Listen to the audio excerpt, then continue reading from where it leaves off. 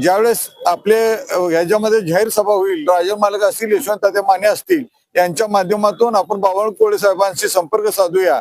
आणि आदरणीय राजन मालकांनी त्यांना फोन लावला आणि तात्काळच ही बाब अंकुश भैयाने आधीच माननीय महसूल मंत्री यांच्या कानावर घातली होती आणि त्यांनी ही बाब गंभीर आहे याचा प्रशासनाकडून आढावा देखील घेतलेला असावा. त्या अर्थीच त्यांनी ही बाब गंभीर आहे आणि ही समस्या सोडवणं गरजेचं आहे हे लक्षात घेऊन आमच्या गोडके वासियांचं जे पुनर्वसनाचं नियोजन आहे त्यांनी त्याच्यासाठी जमीन जी उपलब्ध करण्याचा निर्णय घेतलाय. हा अतिशय कौतुकाचा आहे. त्यांचं जेवढं कौतुक करावं तेवढं आहे, त्यांचे आभार मानावं तेवढे थोडेच आहे.